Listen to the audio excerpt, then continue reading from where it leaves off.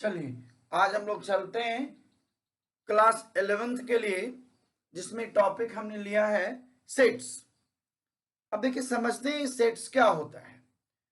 सबसे बड़ी बात ये कि सेट को समझने के लिए हम लोगों को कुछ स्टेटमेंट्स को समझना पड़ेगा। किस तरह के स्टेटमेंट्स को समझना है? जैसे मान लीजिए हम लोगों ने ज्योमेट्री में ये पढ़ा कि point can not be defined. क्यों point can not be defined? क्योंकि मैक्सिमम सारे बुक्स में ये लिखा हुआ है कि points it mean no length, no breadth, no thickness. अब थोड़ा सोच के देखने की जरूरत है। जिसमें लेंथ, ब्रेथ, थिकनेस नहीं हो, हम लोग नहीं देख सकते उसके लेंथ को, ब्रेथ को, थिकनेस को, तो पॉइंट कहा जाता है। अब इसमें ये सोचना है, थोड़ा विचार करने की जरूरत है। जैसे एयर यानी हवा, क्या हवा के बारे में हम लोग का अंदाज है कि उसमें लेंथ कितनी है, ब्रेथ कितनी है और थिकनेस कितनी है? तो हवा को भी पॉइंट होना चाहिए।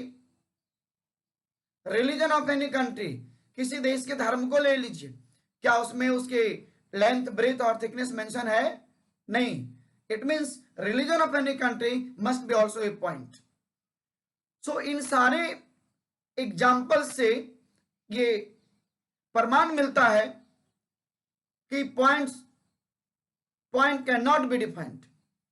तो कैन नॉट बी डिफाइंड इसका मतलब क्या है? फिर ज्योमेट्री कैसे बनेगा? सो इसलिए कैन नॉट बी डिफाइंड है, तो हम लोग पॉइंट के लिए ए से जेड तक कैपिटल लेटर से हम लोग रिप्रेजेंट करते हैं। ठीक उसी तरह से हमने सेट्स की बात किया, यानी सेट्स, ये सेट्स है क्या? समझने के लिए हम लोग सेट को ग्रुप, कलेक्शन, ऐसे ऐसे वर्ड्स का इस्तेमाल करते हैं। लेकिन देखिए, कलेक्शन भी अपने आप में बहुत बड़ी भूमिका निभाता है। अब कलेक्शन का मतलब क्या हुआ? कलेक्शंस में डिफरेंट डिफरेंट आइटम्स आप इकट्ठा कर, जैसे घर में किताब है, कॉपी है, पेन है, पेंसिल है और बहुत सारे चीज हैं, इकट्ठा कर दीजिए। क्या एक सेट है? नहीं, नहीं। तो अब सेट का मतलब कलेक्शन भी हुआ, सेट का मतलब ग्रुप भी हुआ। सेट ऑलरेडी सेट है, यानी ये ऐसे वर्ड्स हैं जो मिलता जुलता वर्ड्स है। सेट आप बोलिए, ग्रुप बोलिए, कलेक्शंस बोलिए, ये सारे मिलता जुलता हुआ वर्ड्स हैं, जिसका मतलब भी होता है कि बहुत सारे ऑब्जेक्ट्स का इकट्ठा करना, एक जगह रखना। लेकिन क्या ये डिफिनेशन है? नहीं, नहीं है डिफिनेशन। तो सेट का मतलब है क्या? कैसे समझेंगे कि सेट क्या है, कैसे डिफाइन करेंगे? तो आइए इसको डिफाइन करने के लिए, इसको समझने के लिए हम लोग कुछ एग्जांपल्स लेते हैं। समझने के लिए एग्जांपल लेते हैं। तो पहला एग्जांपल ये लेते हैं, जैसे मान लीजिए कोई सवाल ये करे कि आप जितने भी लंबे नदियों का ग्रुप है पूरे देश में, उसका एक लिस्ट बना दीजिए। कोई सवाल ये करे, हमसे ही सवाल कोई करे कि लंबे नदियों का लिस्ट बना दीजिए। ये पॉसिबल है कि सारे नदियों का नाम या लेंथ मिल जाएगा, बट कैसे ये बना पाएंगे कि सबसे लंबे नदियों का लिस्ट, लंबे नदियों का लिस्ट, ध्यान देने वाली बात है। तो लंबे नदियों का लिस्ट कैसे बनेगा? उसमें ये तो पॉसिबल है कि जिसकी लेंथ सबसे कम है और जिसकी लेंथ सबसे ज्यादा है। तो सारे नदियों का लिस्ट तो बन सकता है, लेकिन क्या लंबे नदियों का लिस्ट बन सकता है? नहीं बन सकता है, तब तक जब तक उसमें ये पैरामीटर नहीं हो कि लंबे नदियों को कैसे रिप्रेजेंट किया जाए। यदि ये कहा जाए कि जिस नदी का लेंथ मिनिमम 50 किलोमीटर है या उससे ज्यादा है, तब ये लंबे नदियों का लिस्ट बन सकता है, क्योंकि एक पैरामीटर आ गया जिसमें यह मेंशन किया गया कि 50 किलोमीटर मिनिमम लेंथ वाले नदी को हम लोग लंबे नदियों के श्रेणी में रखेंगे या कहेंगे। तब जा करके ये जो लिस्ट बनेगा, ये लिस्ट हमारा तैयार होगा, जिसको हम लोग बोलेंगे वेल डिफाइंड कलेक्शन।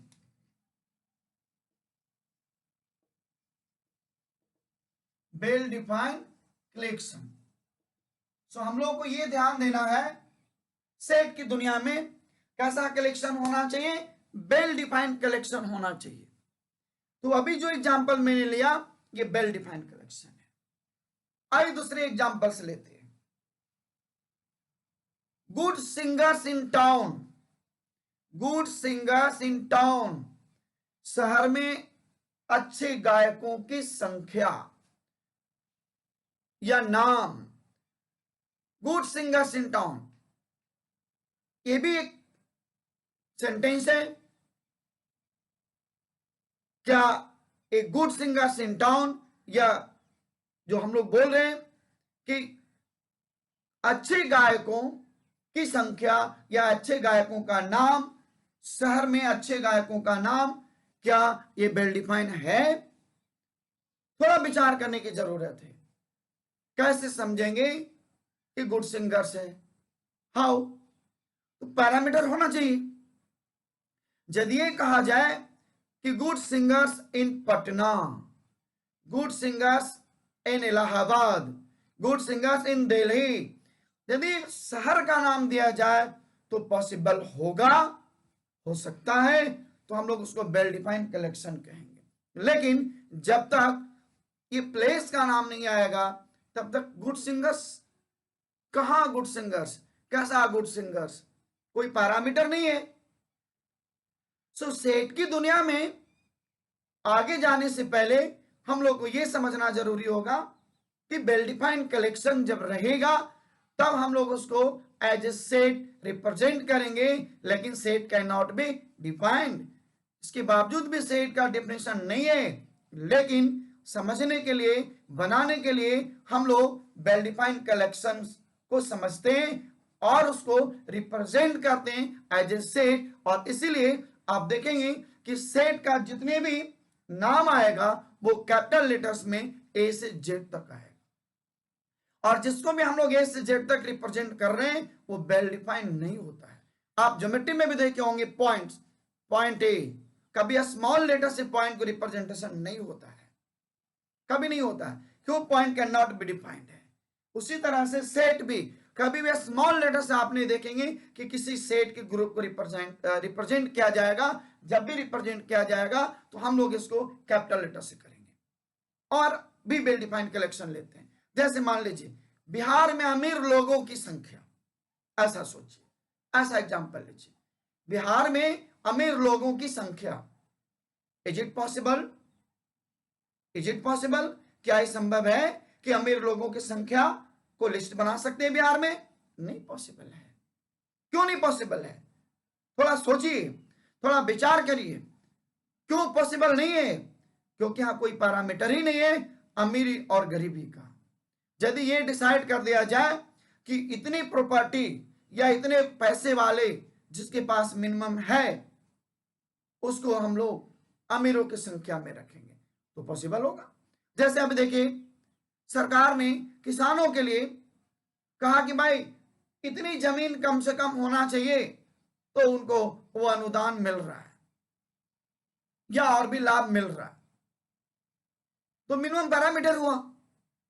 उसी तरह से एक पैरामीटर होना चाहिए जिससे ये पता चले कि जो ग्रुप बनने जा रहा है, जो कलेक्शंस बनने जा रहा है, वो वेल डिफाइंड कलेक्शंस होना चाहिए।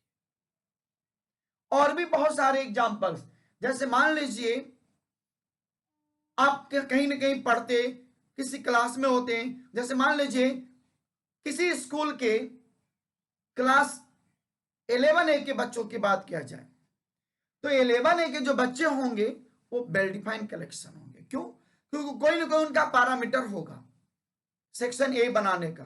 हो सकता है वो पीसीएम हो सकता है वो पीसीबी हो। PCM physics chemistry math with computer, well defined हो गया। फिजिक्स केमिस्ट्री बायोलॉजी साइंस के आधार पर वेल डिफाइंड हो गया। इसी तरह से जो कलेक्शंस जिसमें पैरामीटर दिया हुआ हो वो वेल डिफाइंड होगा। अब यदि ये कहा जाए कि स्कूल के क्लास 11 के बच्चों की संख्या, वेल डिफाइंड नहीं है। क्यों नहीं है? नहीं तो यहाँ स्कूल मेंशन है, नहीं तो उसकी कोई क्लास 11 के बच्चों के बारे में प्लेस का मेंशन है, क्या किस जगह किस स्कूल के बच्चों की बात की जा रही है। तो वेल डिफाइंड कलेक्शन होने के लिए पैरामीटर होना चाहिए। सो हम लोग को वेल डिफाइंड समझने के लिए ये समझना पड़ेगा कि जब तक पैरामीटर नहीं हो तब तक वेल डिफाइंड कलेक्शन नहीं होगा। तो अब तक हम लोग ये समझ रहे होंगे कि वेल डिफाइंड कलेक्शन रहेगा तभी हम लोग सेट के दुनिया में आगे जाएंगे। यानी set it means well defined collections, but set can not be defined. वो परिभाषित नहीं है। क्यों परिभाषित नहीं है? जैसे मान लीजिए सेट का मतलब होता है ग्रुप, ग्रुप का मतलब होता है कलेक्शन, ये सारे मिलते जुलते हुए मीनिंग वाले वर्ड्स हैं। तो अब आदमी को आदमी कहेंगे, ये कोई डेफिनेशन तो नहीं है। इसलिए set can not be defined, but well defined collections होंगे तब हम लोग उसको set as a set represent करेंगे। जैसे मान लीजिए हम यहां पे लिखते हैं ए मैंने लिखा, अब मैंने लिखा ऐसे कलेक्शन ऑफ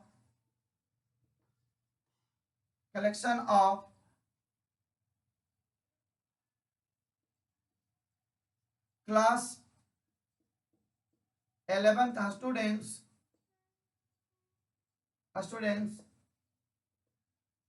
विथ आईपी। मैंने लिखा a collection of class 11th students with IP, यानी ये पीसीएम हम ब्रैकेट में ऐसे लिख दे रहे हैं, पीसीएम। ये physics chemistry math with IP, ये एक ग्रुप हुआ जिसको मैंने ए से रिप्रेजेंट किया। So this is the well defined collection. क्यों? क्योंकि मैंने यहां डिफाइन कर दिया physics chemistry math with IP, और इसमें विदाउट आईपी भी होगा। तो ये एक पैरामीटर हो गया। कौन सा पैरामीटर हो गया? क्लास 11 के बच्चों की संख्या होनी चाहिए जिसमें पीसीएम फिजिक्स केमिस्ट्री मैथ और आईपी के साथ होना चाहिए, चाहे वो जिस स्कूल की हो, जहां की भी हो, लेकिन मैंने एक पैरामीटर दे दिया फिजिक्स केमिस्ट्री मैथ। सो ये वेल डिफाइंड कलेक्शन हो गया। सो इसी तरह के कलेक्शंस को हम लोग सेट के रूप में रिप्रेजेंट करते हैं। सो ये इक्वल्स मैंने ऐसे लिखा। अब इसी चीज को मान लीजिए 50 स्टूडेंट्स है, तो हम लोग लिखेंगे number of A equal to 50। इसको हम लोग कार्डिनल नंबर बोलते हैं। क्या बोलते हैं? Cardinal number. इसको हम लोग कार्डिनल नंबर बोलते हैं। सो ये कार्डिनल नंबर यानी एन, गिनती, यानी इस ग्रुप में 50 स्टूडेंट्स है, तो सेट इस तरह से रिप्रेजेंट किया जाता है वेल डिफाइंड कलेक्शंस के साथ। और जब हम लोग इस कलेक्शंस को स्टेटमेंट में लिखते हैं तो इसी तरह से हम लोग लिखते हैं। हो सकता है स्टेटमेंट में हम यहां पे ए नहीं लिखें, ये पॉसिबल है। मान लीजिए मैंने ऐसे नहीं लिखा, मैंने सिर्फ ये लिखा कलेक्शन ऑफ, ऐसे ले लिया मैंने, collection of class 11 students with IP. A equals भी लिख सकते और नहीं भी लिख सकते, सिर्फ हम लोग ऐसे स्टेटमेंट भी लिख सकते। तो representation of well defined collection भी अब 3 तरह से होगा। पहला, जैसे मैंने लिखा स्टेटमेंट। दूसरा, अब जो फंडामेंटल तरीका पर हम बात कर रहे हैं रिप्रेजेंटेशन ऑफ सेट, वो फंडामेंटल 2 तरीके के होते हैं। 3 तरीका की मैंने बात किया। 3 तरीका में एक स्पेशल तरीका जिसको सिर्फ सेंटेंस लिखेंगे और वो वेल डिफाइंड होगा, ये अलग हो गया। लेकिन फंडामेंटल 2 हम लोग लिखेंगे, जिसमें एक आएगा टेबुलर फॉर्म और दूसरा आएगा सेट बिल्डर फॉर्म।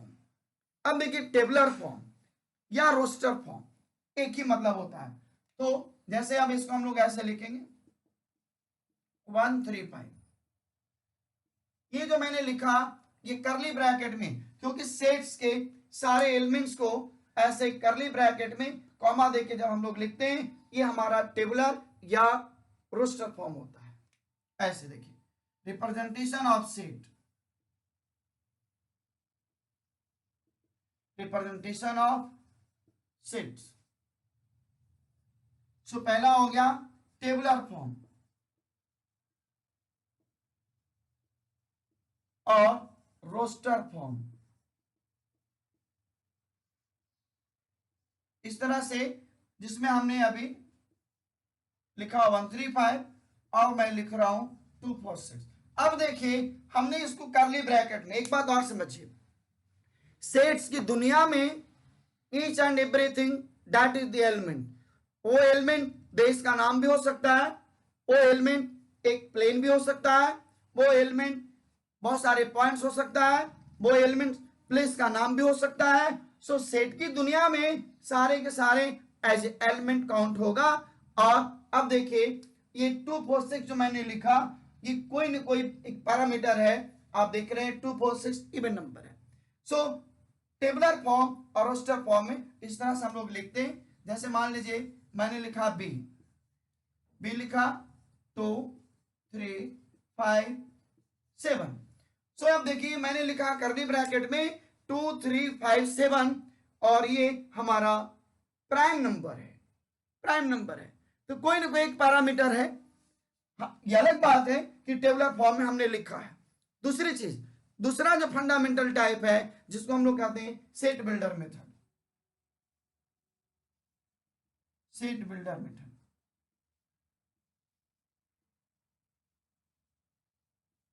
ये हम लोग बोलते हैं सेट बिल्डर मेथड। अब ये सेट बिल्डर मेथड क्या है? देखिए सेट बिल्डर मेथड को हम लोग बेस्ड ऑन प्रॉपर्टी यानी गुण प्रकटीकरण, गुण के आधार पे जब लिखा जाता है तो हम लोग उसको सेट बिल्डर मेथड कहते हैं। लेकिन अब सवाल ये उठता है कि ये सेट बिल्डर मेथड का मतलब क्या है? बहुत सारा ऐसा वेल डिफाइंड कलेक्शंस होगा जिसको हम लोग टेबुलर फॉर्म में इस तरह से कॉमा दे करके एलिमेंट्स को सेपरेट करके नहीं लिख सकते हैं, पॉसिबल नहीं है। क्यों पॉसिबल नहीं? अब आइए लेते हैं एग्जांपल। जैसे मैंने कहा, एक एग्जांपल मैं ले रहा हूं, population of Bihar, population of India. अब जैसे मान लीजिए पॉपुलेशन ऑफ बिहार की बात करें तो पॉपुलेशन ऑफ बिहार को क्या हम लोग रोस्टर फॉर्म में लिख सकते? नहीं लिख सकते। वेल डिफाइंड कलेक्शन है बट नहीं लिख सकते। हाउ कैन, कैसे लिखेंगे? इसकी काउंटिंग ही मुश्किल है। हम लोग काउंटिंग अप्रोक्सीमेटली करते हैं, पूरे फिगर नहीं है, आप उसको काउंटिंग करके नहीं लिख सकते। सो ये बेस्ड ऑन प्रॉपर्टी, यानी हमने लिखा कि population of Bihar, population of India, तो इसको हम लोग ऐसे लिखेंगे। देखिए जैसे मैंने लिखा A x such that x is an Indian, ऐसे x such that x is an Indian. अब देखिए मैंने लिखा A equal to x such that. देखिए सच दैट है, इस सच दैट दो तरीके से होगा, ये भी सच दैट है और ये भी सच दैट है, इसको हम लोग बोलते हैं सच दैट।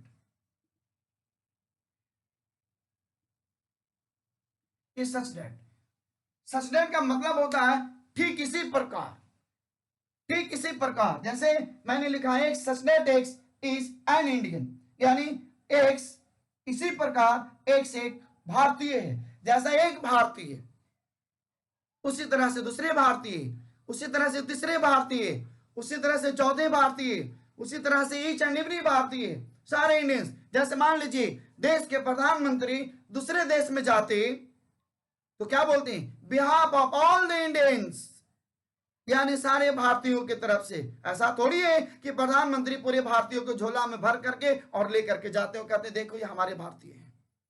ऐसा है संभव? नहीं है। सो जब भी वो रिप्रेजेंट करते तो पूरी बोलते behalf of all the Indians, सारे भारतीयों की तरफ से। तो जैसे एक इंडियन हुआ उसी तरह दूसरे इंडियन हुआ, उसी तरह तीसरे इंडियन हुआ, चौथे इंडियन हुआ, यानी कैसा हुआ?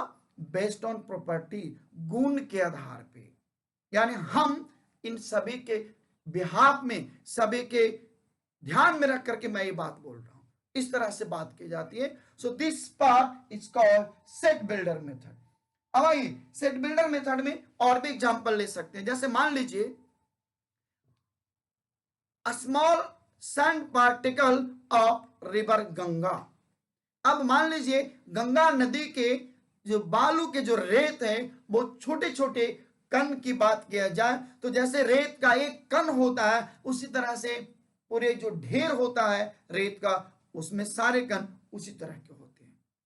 तो यदि ये कहा जाए कि x such that x is a small sand particle of river Ganga, river Ganga यानी गंगा नदी के जो रेत हैं वो सारे रेत के जो स्मॉल पार्टिकल यानी छोटे से छोटे कण जो है उसके बारे में चर्चा की जा रही है। तो ये वेल डिफाइंड हुआ और गुण के आधार पे, क्योंकि नाम हम लोग लिख रहे हैं रिवर गंगा।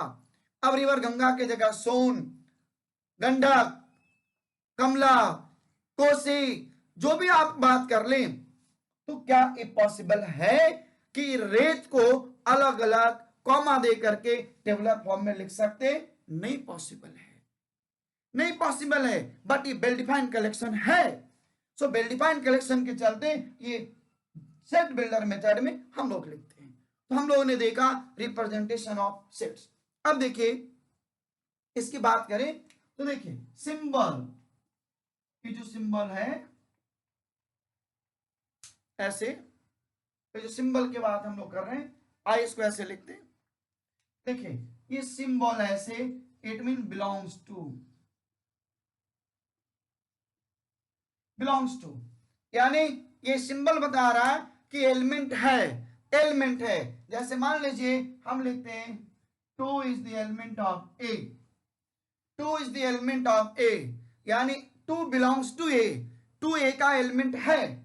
लेकिन मान लीजिए ए में 6 है और 7 नहीं है, तो हम लिख सकते हैं 7 नॉट बिलोंग्स टू ए, यानी 7 ए का एलिमेंट नहीं है। सो इस तरह से हम लोग लिखते हैं एलिमेंट है और एलिमेंट नहीं है।